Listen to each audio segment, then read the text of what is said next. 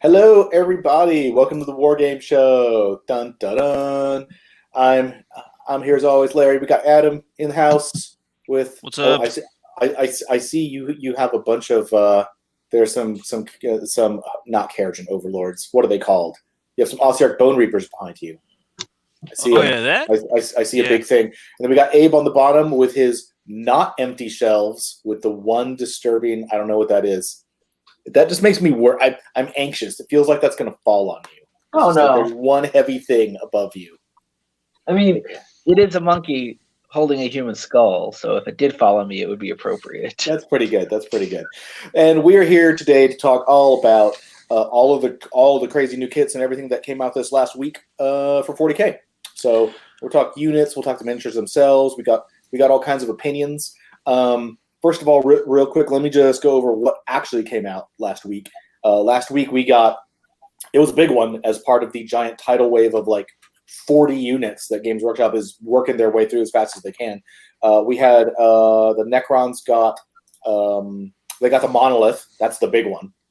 Yep. They got the Void Dragon came out. So finally we have a real modern plastic Katan.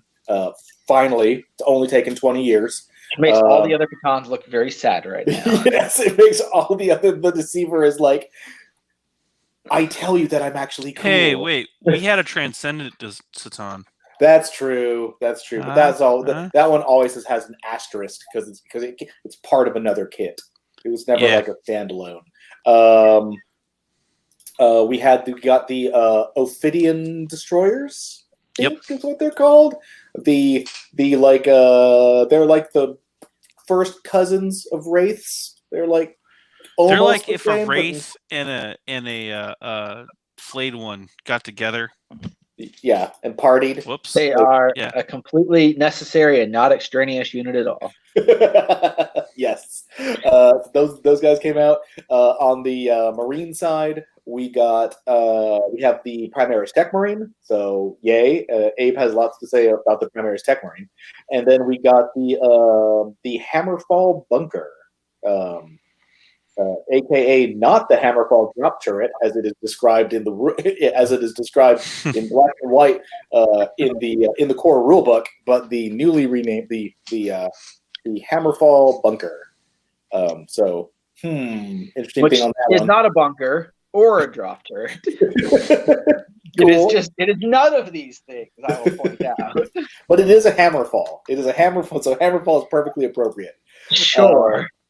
So all that stuff came out. I'll start off with I'll let Adam open it up because Adam built 3 of these kits. It did. So he can tell us all about actually the kits themselves, which is something we probably don't talk about enough. Like we always talk about the rules and points and all this stuff, but the kits are actually a super important part of this game. So Adam, tell us about like whatever order you want to. Like tell us about Mars has put up the picture of the Monolith. So let's talk about that Monolith first and then go. Yeah, so the Monolith was it took a little bit longer than I thought it was going to take to build initially. But that was just because first time building it, I would say the most fiddly part of the entire thing was trying to get the guns in their little cubby hole, because it there are little turrets in there, and then you put 2 pieces and the gun sticks out the middle, and then if you do it correctly, the gun can still move. So that was probably the most fiddly part about it. The kit itself is designed really well. You basically get 2 sprues that make up the core section of the Monolith, and then you get 2 more sprues that make up the wall sections, of the Monolith. Now, my advice is that if you are going to be painting this thing up, assemble or build the core sections, build the 2 wall sections, paint everything, and then put it together. I feel bad for our studio painter Chris, because now he's going to have to deal with the fact that that's all glued together. he was sad. He was sad. Yeah, getting in the inside is not going to be easy. You can do it, but I mean, you can do it. It's not the best as far as getting inside, but there's a lot of detail inside there as well. So you kind of do want to get in there and paint it up before you assemble everything. But so I had a question for you on the kit. Yeah. So when you see the pictures, there's that weird like warrior that's kind of like half coming through the lightning gate, but you didn't build on that. How does that work? Is there like a front and a back of a warrior, and he presses against it, or how does that? What is that? I actually have the sprues still here. I can show you real quick. Because I was like, that seems cool. How the heck did they even do that? Witchcraft. Well, maybe I gave you guys the sprues back. Yes. There's another set of sprues. There's another option. Like there's the one gate that's all connected with that I have on that I built, and then there's another gate option, so you can build it with either the Necron warrior coming through or just a gate with the little thing. I opted for that because it was getting late, and I didn't want to put the extra time in to put the warrior. He's got like 3 extra bits. I just didn't want to clip and clean them, if I'm totally honest. I gotcha. It was just getting late. I had already built the other 2 kits, which I was going to talk about, which were the Void Dragon and the Hammerfall. So So let's go on and talk about the Void Dragon. You have the Void Dragon, right? Yeah. There he is. So Larry, turn him sideways and shake him real fast. All right, I'm going to turn him sideways right there. Yeah, and just shake it up and down. I'm shaking him as much as I can. Yeah, and it's this way. Nothing. As you can tell, nothing, right? Like nothing. It's a very, very solid kit. It is not finicky or spindly or anything like that. I was a little surprised when I got it done. I actually have in this box back here. Hang on. 1 second. I wasn't planning on doing this. I'm hanging. Don't do it, Abe. Don't pull that shelf down. That monkey's gonna come get you. I have the Celestin Prime. Yeah. Way more wobbly on this thing. Yep. Right? Yep. The Void Dragon is twice, 4 times, 8 times more stable than this thing. And I would never try that with Nagash. Like Nagash will just fly across your room. You mean this guy right here? Yeah, I would not put him sideways and shake him as hard as I could. I'm not going to shake him. Yeah. Nagash is also a lot taller, so if you've got less stuff done. Again, stable enough to be on the tabletop, not designed to be flung through space like Larry just did with the Void Dragon. So yeah. This is my new favorite thing now. I'm doing it again. Yeah. Can you imagine this way? The Void Dragon. We've all been in the game long enough, right? Nothing. Can you imagine if these models came out 20 years ago and they'd be all made of metal, try to put that together? Oh my god! Like just think about it, right? Like, oh my god! Actually, no. I'm thinking of if this was like made of resin, and you had to get all these things and like try to clean them, and then sure. All I'm gonna say it would is be, that it'd be like the old dragons with a metal body and plastic wings or something. There are people out there that claim that like metal's the best thing ever for miniatures and yada yada yada. I will say this: metal miniatures do hold detail very well. The end. Every other instance, I gotta give it to plastic. Every other reason, I give it to plastic. Plastic can hold detail just as well now, thanks to the technology we have. It's lighter, it's cheaper, it can ship, it weighs less, so you can ship it. You don't have to pin stuff. I mean, 100%. Do I need if I drop a metal miniature, I'm going to cry. If I drop a plastic miniature, it'll probably bounce. Yeah, like, I've done it before. I'm going to drop in and say, given the weight of the plastic monolith, I wouldn't want to build or carry one that's metal around anywhere. Yeah. No. Oh, that would be horrible. That'd be like 40. That'd be a 40-pound weight if that was metal. And then it reminds me, someone was posting that they were going through their backlog and showing everyone their backlog of unbuilt models and stuff they were still waiting to get to, and people were looking and they're going in the back, hey, is that a metal Thunderhawk in the back of there? And he was like, yeah. They're like, how long is your backlog? And he goes, like, it's a problem. Like 25 years. 20 years, yeah. I'm almost up to the metal Thunderhawk. I'm thinking of doing some kind of crime to get me 20 years in the pen. So like, so I'll have time to get through my backlog. I got a backlog of unpainted stuff and unbuilt stuff, so I feel you. But and the last thing up was a Hammerfall drop pod. Yep. Or drop, not turret, drop bunker, not bunker, whatever. Let's just call it the Hammerfall from now on, okay? Yeah, the Hammer. Tell us about the Hammerfall. Building that one was actually, again, really easy. It basically came on, I think, on two sprues. Yes, two identical and sprues. if I remember correctly, maybe 3. One of them was unique, or if it was 3, one of them would have been unique. But I think it was just 2 sprues. The kit is built to be it's 2 of the same sprues. You cut everything out, you clip it, clip it all out, clean it all up, glue it all together. It goes together real simple. It's actually made of a harder, like thicker plastic, I think, like almost like the terrain plastic, but not quite. And it's very sturdy. It does not have a base, so if you were wondering about whether or not the Hammerfall was going to come with a base that you're going to have to glue it to, it does not have a base. The Monolith does have the big old pie plate base, by the way. The Hammerfall doesn't have a base at all. Yeah, and a little tiny flying stand for the Monolith, which is funny. The little like the Executioner has the repulsors now. So the one that swivels so you can angle it.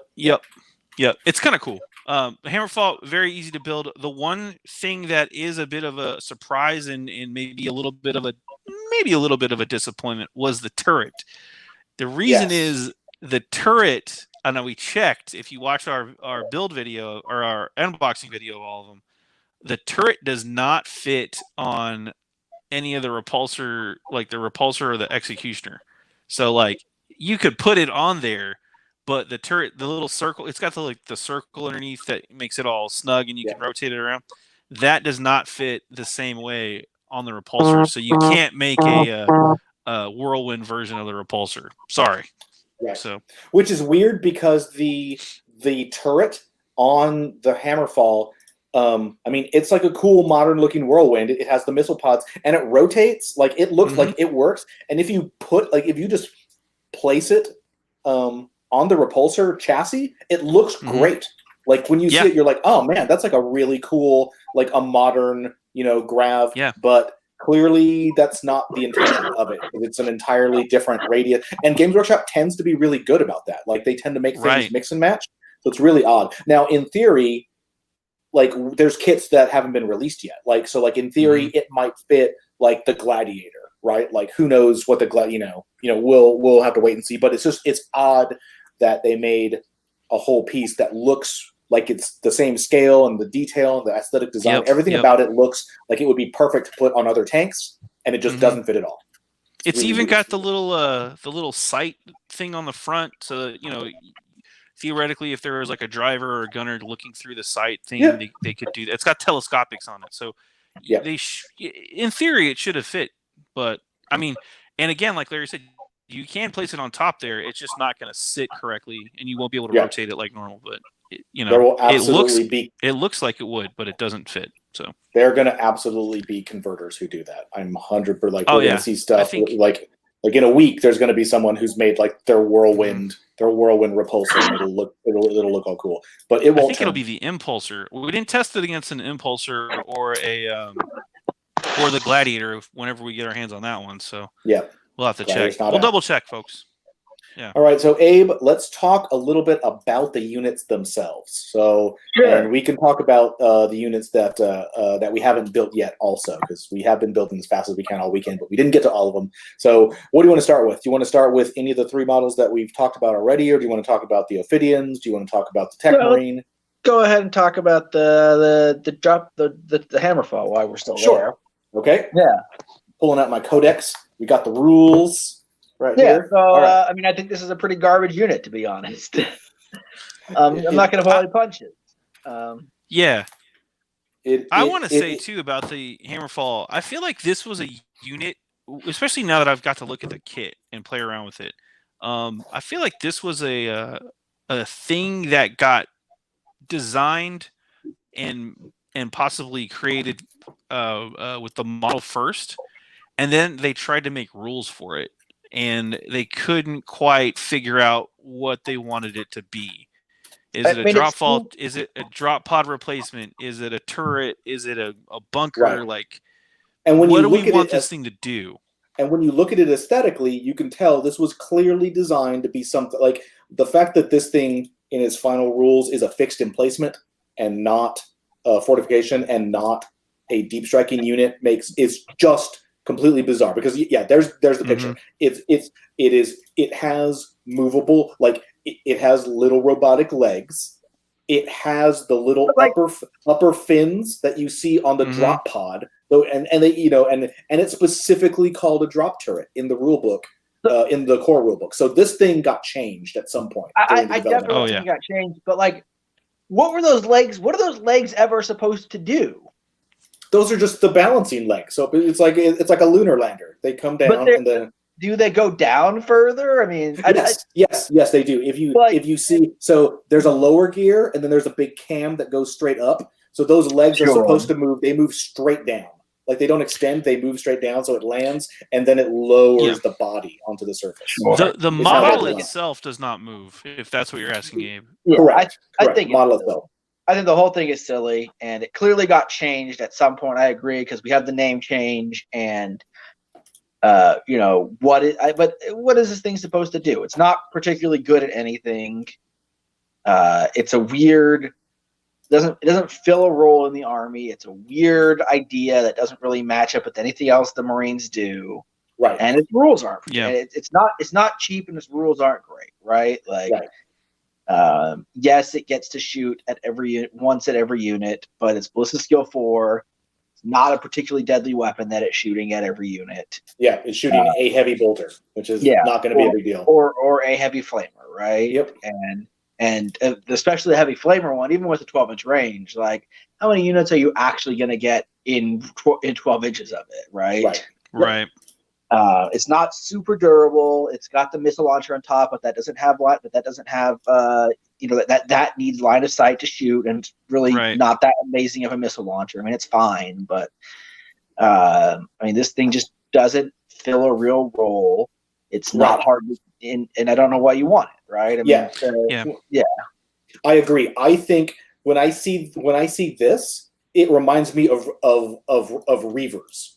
It's a unit that's just it's a unit that was cool and was designed, and they had the model, but they couldn't quite find a way when they made the rules to give it a real purpose in the army list. So it's just this weird kind of also ran.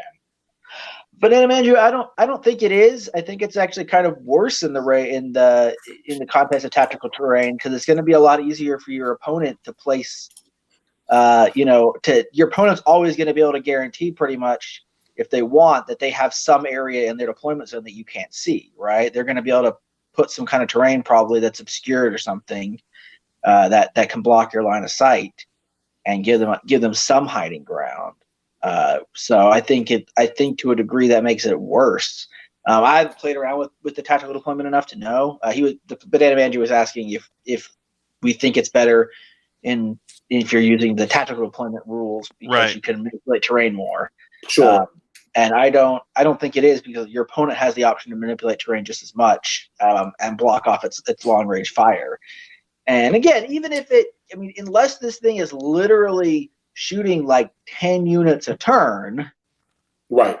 There's probably a better option out there to get, to concentrate your fire. The game isn't won by throwing a bunch of random, heavy bolters at random units around the table. You want to be able to concentrate, and yes, that can be a lot of firepower, but it's not concentrated. You want concentrated firepower in the game. And again, it's ballistic skill 4, so it's missing half of its shots. It's not core, so it's not getting rerolls. I think it's a vehicle. Is it a vehicle, Larry? It's a fort. It's a fortification for sure. Hold on. It's a building, but is it also a vehicle? I think it's a vehicle, right? I'm looking. There's so many units. I'm still flipping. There it is. Yes, it is vehicle, building, Hammerfall Bunker. So you can have a Tech Marine give it +1 to hit to put it ballistic skill 3, but then you're dumping another 80 points on this thing, right? And so now it's at almost 300. It's 175 points base. Which isn't cheap. There's really better options. I mean, the Gladiator, which I talked about last week or the other week, that I don't particularly like, but a Gladiator is not that much more expensive, for a mobile unit that can put like 30 shots to a single unit. So I was going to say with Abe, the fact that it can't move, any other vehicle is going to be better, especially when you consider the footprint of that thing on the tabletop. Right. If it's going to take up a chunk of your deployment. It's like 6x6 or 8x8. It's going to take up a chunk of your deployment zone that you can't. Yeah, I mean, it's honestly better to block line of sight to other units because it's so chunky. Yeah, and I mean, you can use that. But and also, if you really want it to be effective, you have to take like 3 of them. And that's a real problem. Right. Now it starts to hurt. It does. Yeah. No, it makes a great. You're right, James. It does make a great picture. Also, I will say that, or it does make a great centerpiece for terrain and stuff like that. I will also say that the game right now, for some reason, the game hates buildings. There is nothing in the game that gives bonuses to buildings, and there are several things such as Imperial Fist, right, that specifically get bonuses when fighting buildings. Sure. So Wrong having game, a fortification or a building, can randomly be a liability. Randomly, your opponent might get lost, right? But there's nothing in the game that likes buildings. So this is a weird thing that they keep on trying to push fortifications and buildings when there's never been a positive thing for having that. That keyword has only been a negative in the game. Sure. So again, but the basic question you might end up asking yourself is, do you want a Hammerfall drop turret that can maybe shoot some things and die fairly easily and not move, or do you want 10 intercessors with that can get out there and put more concentrated firepower on a target and take objectives and that kind of thing? Let's move on and talk about the other Space Marine, the Primaries Tech Marine, who does seem to be kind of a actually fairly useful kind of a guy. Yeah. Definitely. I mean, I think so. One of the things that we've seen with the Primaris Tech Marine, and I think it's an interesting thing that I've noticed looking at this book more that I didn't really pick up on my first read through, is how much, especially in the character department, GW has nerfed Classic Marines. Because one of the things that didn't happen is, even though like Tactical Marines went up to 2 wounds, Classic Marine characters didn't get an extra wound. So Classic Marine characters across the board have 1 less wound and 1 less attack than their Primaris counterpart. Right. And generally speaking, the Classic Marine is 5 points cheaper than the Primaris Marine. Their base equipment is sometimes equivalent. The Primaris is actually more likely to have better base equipment for that 5 points. The classic option does have the option of taking more weapon upgrades. A lot of times they're not particularly useful, though. The couple of outliers are that you can take a Thunder Hammer, which is really good still, and you can take a Jump Pack, which is good, but it's 25 points. So if you look at something like the Librarian, I'll get to the Tech Marine in a second, I promise. But just across the board, if we look at like the Librarian or the Chaplain, for instance, you have to start asking yourself, they're basically the same model, or the same unit with the same rules and everything, and mostly the same weapon upgrade options. But the only option is that you can take a Jump Pack, and you want to pay 20 points for the extra 6 inches of movement and lose an attack and wound. And I mean, that's a toss-up. Sometimes maybe yes, in some armies that's useful, but in other armies you don't need that, or you don't want it. And I think that's a really interesting thing. And when you get the Tech Marine, I think is perhaps the real one, where the Primaris one is almost always going to be better than the basic one. Because I think he is, Larry, you can double check this. Yeah, but I think the Primaris Tech Marine is also just 5 points more than the basic Tech Marine. Let me look at points real quick. But again, they have the same abilities. The Primaris Tech Marine has an extra wound and an attack, and then he gets a Forge Bolter, which is a 24-inch Assault 3 heavy bolter, basically. The base cost of the Classic Tech is 70. The Primaris is 80. So the Primaris Tech Marine is 10 points more. But again, he has this Forge Bolter, which is really good because it is really good. It's an Assault heavy bolter, which is great, and he can still fire a pistol. Or throw a grenade if he uses it, which normally you can't do. And then he's got the Omnissiah Axe, which he gets an extra attack with because he's got more attacks. He's got the servo arm, and then he gets 2 free Strength 5 attacks from his Mechadendrites. Yes. So he's actually pretty great. And the Primaris Tech Marine, is pretty lacking compared to that. The only real reason you might want to take this Primaris Tech Marine, the classic Tech Marine, is he can take the servo harness, which has like the plasma cutter, which is still inferior to the Forge Bolter. He gets a flamer, and he can take a combi flamer, so you could have like weird situations where if you want a character with 2 flamers, sure, or like you really want to put a combi melta on him. But it really, it comes down to like how important is that one combi shot going to be to you? And at that point, if you're paying for all of that, he's as expensive or more expensive than the Primaris guy. But the Primaris guy is actually like this Primaris Tech Marine. I think is really good. That Forge Bolter is a solid weapon, and this is a guy who is going to be able to be useful for his abilities. But unlike most Tech Marines in the past, he's probably going to get kill a model or 2 every turn. Just running around, plinking at things. Also, I think with the heavy bolter that he's BS2. I also think the Master of the Forge upgrade isn't bad. There's definitely builds where the Master of the Forge, like that is a viable army build. You're not going to use it 100% of the time, but if people want to do that, that can be functional and effective. Yeah. Well, and I've already pointed out it, not pointed, but pointed as in written out. You can build armies that have like 3 Primaris Tech Marines, and then several Primaris Tech Marines, and then like 10 or 11 dreadnoughts in them. Oh yeah. And I'm kind of waiting to see what the Forge World book says to see how good that actually is, because a lot of the crazy dreadnought stuff is in the Forge World book, and we'll have to see what happens there. But there's definitely some stuff there with the Primaris. Yeah, I think the Primaris Tech Marine is just a really great guy. He's nice. He always donates to the chapter coffers. He'll polish your armor for No, I think it's actually a really good model. It's a good model and a good rules. He's not just the guy who you take because he's cheap or because he's going to go into the back and like fix 1 tank every turn, right? He's going to fix a tank.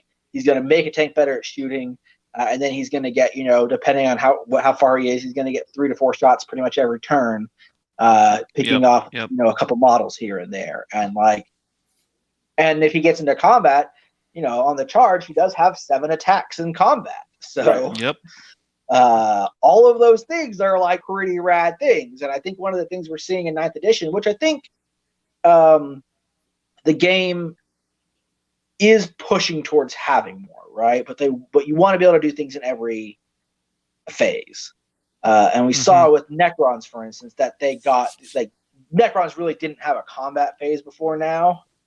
And a lot of the new Necron stuff is pushing into having more of a combat phase.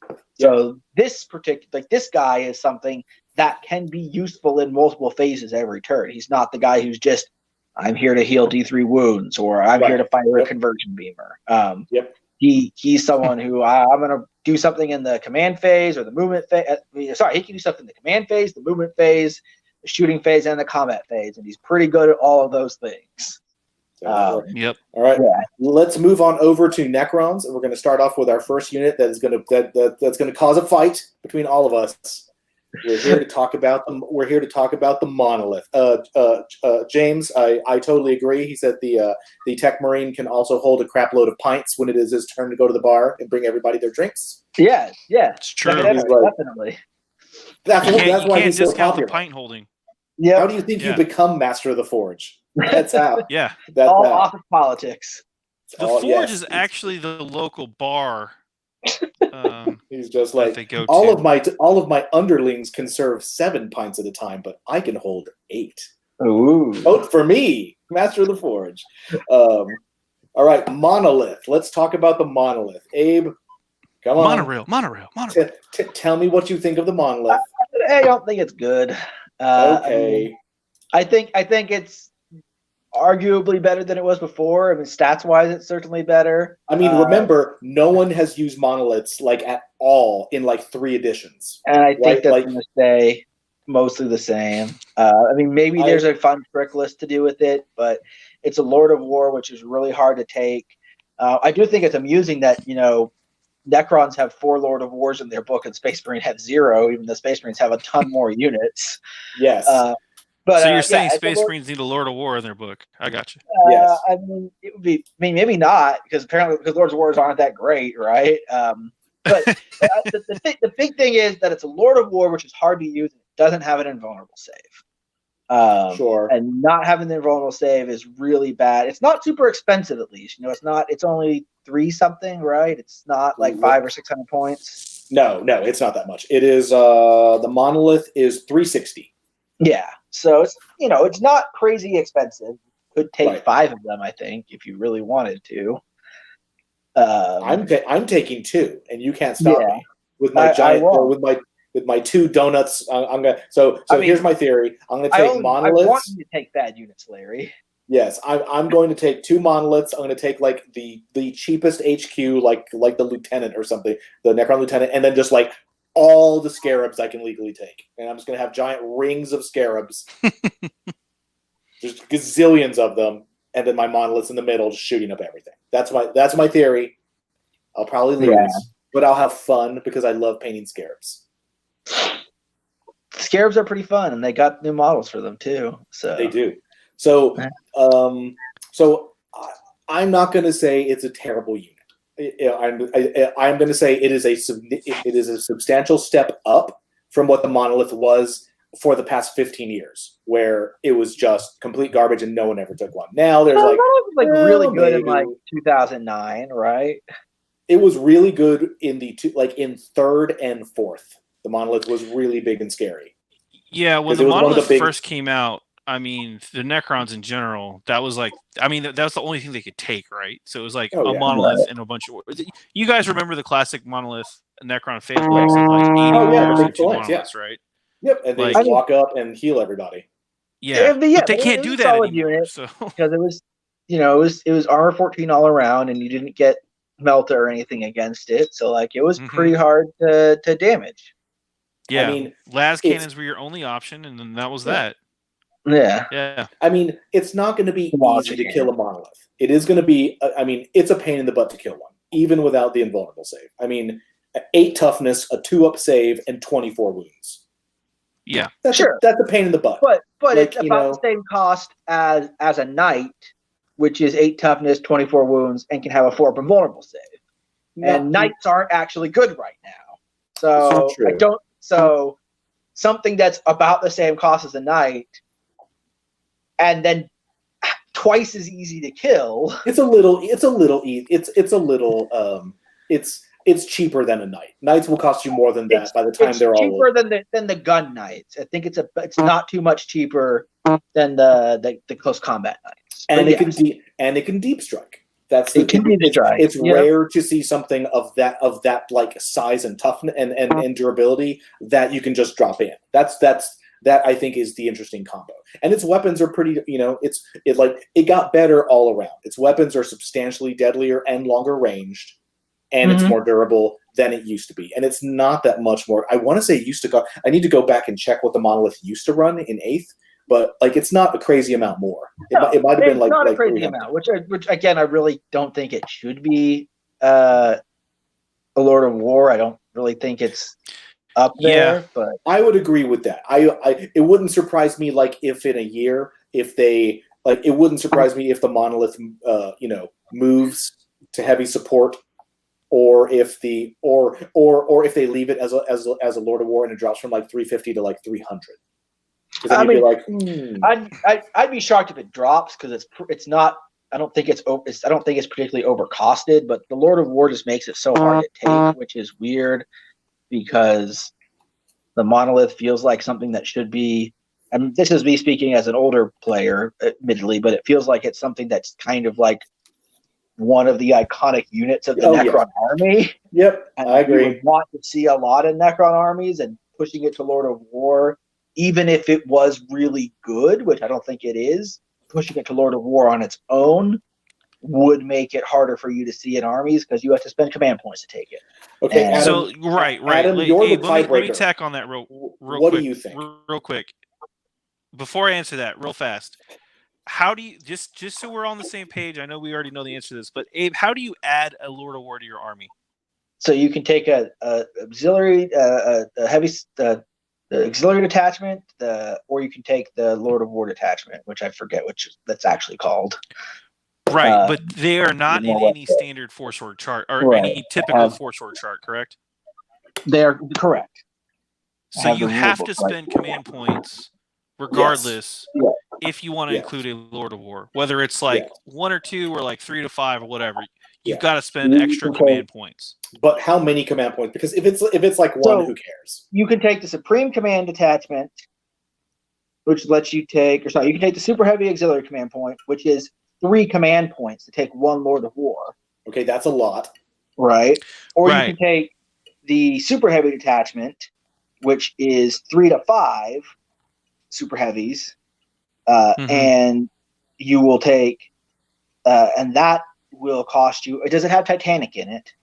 I do not believe it has Titanic. Let me look. Hold on. Yes, it does. It is Titanic. So that will cost you 6 command points if you want to take 3 to 5 of them. So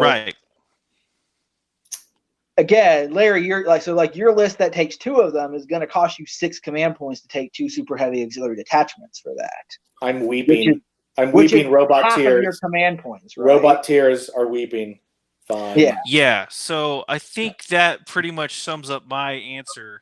Is it's my biggest problem with the Monolith, aside from points cost, damage output, toughness, whatever, is how do you include it in your army? And because it's no longer in a heavy support slot, it's going to cost you more command points. And I don't, for that reason alone, I do not like it in a typical army. Now, if you're building one for funsies, go to town, like whatever. Sure. But if you are trying to streamline or trying to make the meanest Necron list you possibly can, you're not going to see a Monolith in that list because it's just not worth the command points.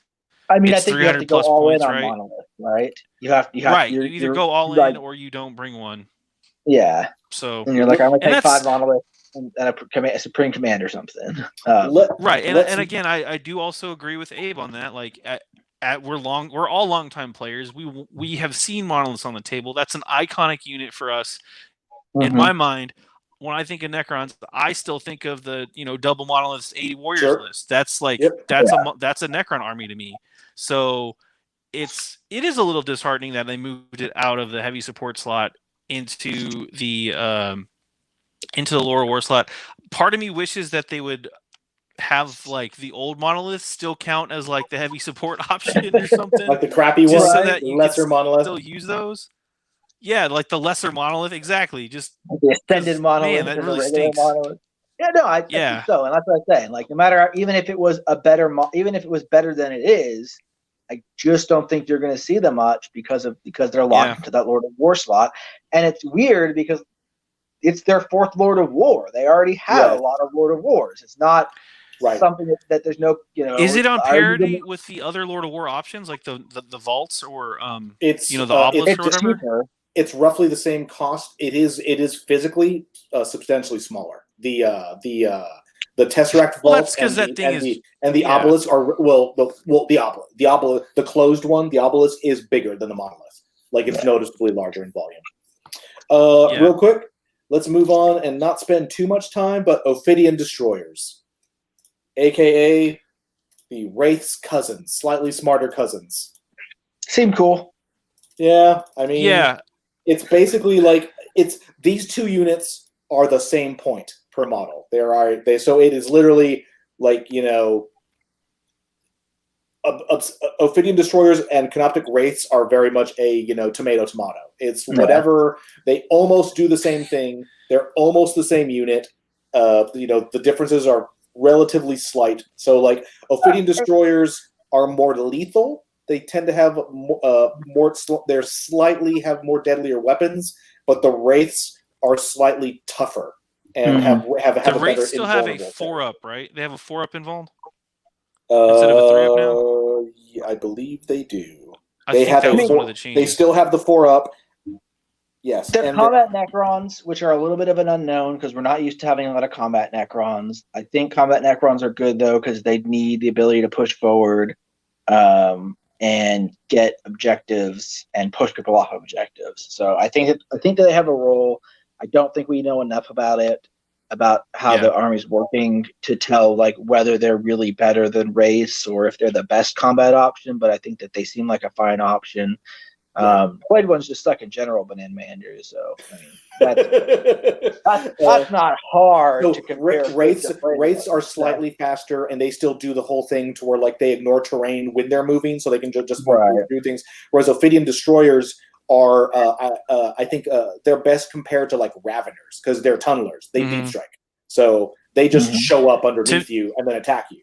To me, as a Tyranid player, it's sad to see Necrons get better Raveners than Raveners. So that's kind of where I'm at. I really do think that they are kind of tomato, though. I think the question is, are you a new Necron player or are you an old Necron player? Because if you're a new player, you can pick up some cool new Ophidian Destroyers. If you're an old player, you probably have Canoptic Wraiths. So why pick up Ophidian Destroyers unless you just like the models? Because those models are pretty cool. So yeah. So answering an Eighth of Shrooms question, do these destroyers have an invulnerable? If not, how is a Wraith not better? They're just different. They don't have an invulnerable. So again, Wraiths are harder to kill, but the weapons that Ophidian Destroyers hit better. They hit on 3s instead of 4s, and their weapons in general are doing more damage and are nastier.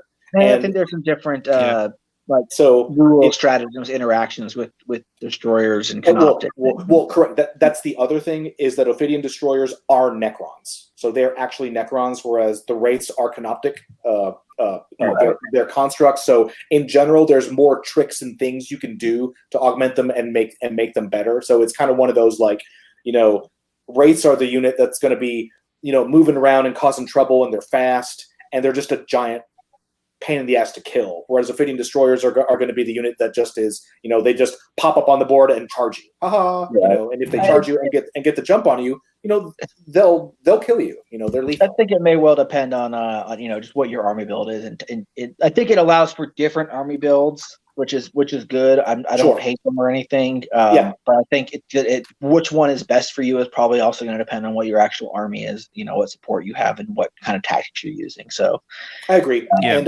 And I mean, as someone who's been a Necron player for a long time, unlike Marines that are like, okay, look, we already have 85 elites. Do we need an 86th elite? Right. Necrons, I'm all about giving Necron players more tools because they need them. They need them and they can use them. So I'm not gonna do anything negative on these guys. I think players will figure out a way to use these. So I think they have a future. All right, we're going to move on to our last one, and this is the one that I think everyone is going to have a fun time talking about. I don't think there's going to be too much argument on this guy. Katan, Shard of the Void Dragon. What are we thinking about this guy? And in a broader sense, all of the Katan. Katan are really good. He's not the best, but he's up there. He's not he's not the worst either. Nightbringer is the best, right? Yes, 100%. We can all agree on that. Yes, that sound that you all hear, all you 40K players, that is the sound of every player bum rushing eBay, desperately trying to get their hands on old Nightbringers any way they possibly can. Yeah. Yep.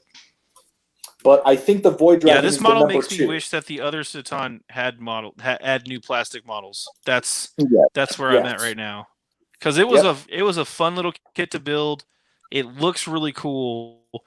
If there's a model that's going to make me play Necrons, it's the Silent King. But if there's a close second place is the Void Dragon. I almost want to start an army just because that model is that cool looking. It's a really cool centerpiece model. It looks cool. It does a lot of damage. It might not be the best one, but man, it'll get some work done. So right. I mean, that's what I would say, that it's not necessarily the best option, though it could be in some situations. But if you're taking it, I'm not going to judge you for that. I'm not really going to say, oh, sure, mistake, right? There are some people. There are some. I'm not exactly sure what the super combo is, but I have heard kind of indirect chatter through the playtesters that there are some. In competitive 40K, there are apparently some mean combos and things you can do with the Void Dragon specifically. Not exactly sure, but so apparently he is like Nightbringer is he's just death. He's just he's the super but he has no ranged attacks at all.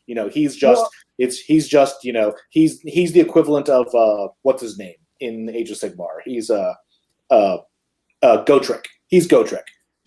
It's just don't go near this model. If you go near this model, you're dead. Whereas Shard of the Void Dragon, he does have ranged attacks. He'll give you you might get slightly more utility out of him as far as being able to do board control. You don't want to get too close to him either. He also just eats vehicles. So well, that's actually one of the problems to a degree is he's really good at killing vehicles, but some of his abilities work on vehicles.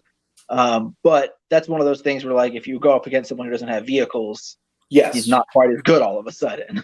Sure. And that's always kind of one of those iffy things is this guy only really good depending on what my opponent is taking?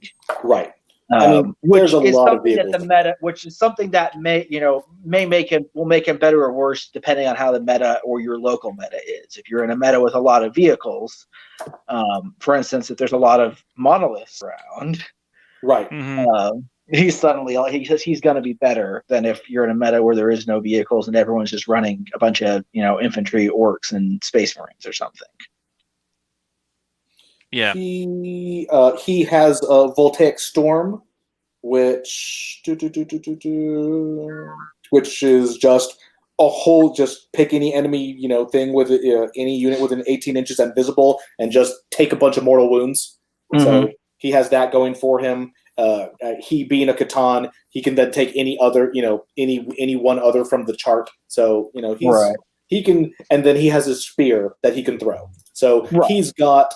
He's moving 8. It's not the greatest, but it's fast enough that he's moving 8, and then basically has a 12 to 18 inch radius around him where he's just going to be throwing out mortal wounds. It's an interesting thing because the Satan are one of those guys that are situationally better or worse. If your opponent has Psychers, the Satan are worse. Because they can take mortal wounds in the psychic phase, so they're a little easier to kill. If you go up against people who don't have psychers, that makes them better because that's one less phase. It's again what I was saying that they really want that they are pushing this idea that you should be doing things in every phase, right? Yes. That a really good army is probably something that is viable in multiple phases now. It's not just shooting phase. So the Satan's rule where they can only take 3 wounds a phase. 3 wounds a phase max. Yep. Yeah, unless they're fighting the Nightbringer, who can just kill one. Yes. That again, that's a thing where is my opponent's army only shooting at me? Then this guy's just never going to die because he can heal and he can only he's going to take you 5 turns to kill him, even if you are perfect, right? If he's running into someone who's I'm a really strong shooting psychic and combat army, he might die in 1 turn. Right. Yep. So, I think that considering the overall meta qualities of the game, as in having to take all of it, of the can you actually buy this guy? Can you get this guy?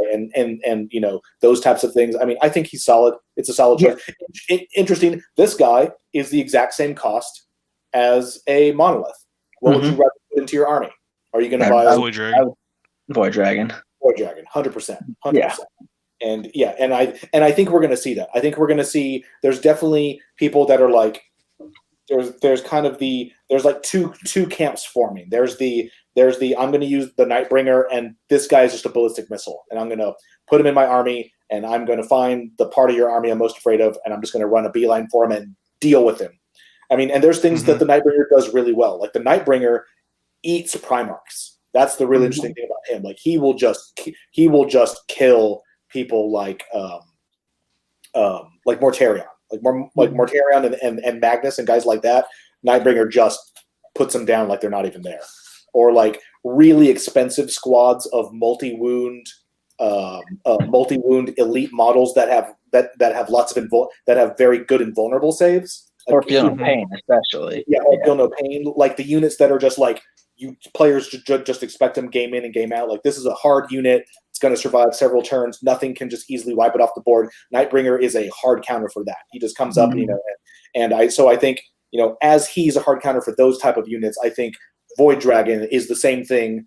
He's a hard counter for big tough vehicle things because he just he could just he would probably do terrible things to a Night list. Or if you were relying on Night, or if you were relying on like I have these things that are vehicles and are really expensive. I have the I'm the Chaos guy who's running. I'm running Lord of Skulls, or I'm doing whatever. This guy is going to be like, you were, now you're not. I'm running a bunch of dreadnoughts. Yeah, I mean, a lot of those lists are only good in one phase too, right? Like Knights have trouble performing in every phase. Sometimes they can do shooting in combat depending on the Knight, but not always. And so some guy like this who's like, just not going to kill me. Well, everybody, I think that is the last of the things that came out this week. Thank everybody for showing up. Mars, do you want to talk about what is going on for the rest of the week, and then nobody go anywhere because we're going to end with our spot question. Graphic. Look at that. Ooh. So tomorrow we've got JR and Megan talking about a lawsuit that's going on with WotC during RPG Corner tomorrow at 3 p.m. Central. Got Goat Boy painting. I believe he's still working on Necrons, and that's over on twitch.tv/Bell of Lost Souls at 8 p.m. Central. Goat Boy tells me that on Wednesday he is painting the Silent King. So you can tune in and watch him paint the Silent King. Watch him cry. Watch him cry. It broke him. Sorry, I've got the headphones off so I don't hear myself in like multiples. Then Friday we've got the Tabletop Spotlight at 3 p.m. where we're going to be talking about the weekend's releases for board games, card games, miniatures, etc., etc. Thanks to our friends over at Dragon's Lair Awesome. All right, here's your spot question to end our show. Got 5 seconds to respond. Are you Team Wraith or Team Ophidian Destroyer? Adam. Destroyer. Wraith. Oh, Wraith. Wraith it is. All right, there we go, everyone. Thanks for watching. Yep. And we will catch you all the rest of the week, and we will be back here next Monday. Have a great one, everyone. Wraith because we already have them. Bye, y'all. That's fine. I don't have to buy destroyers.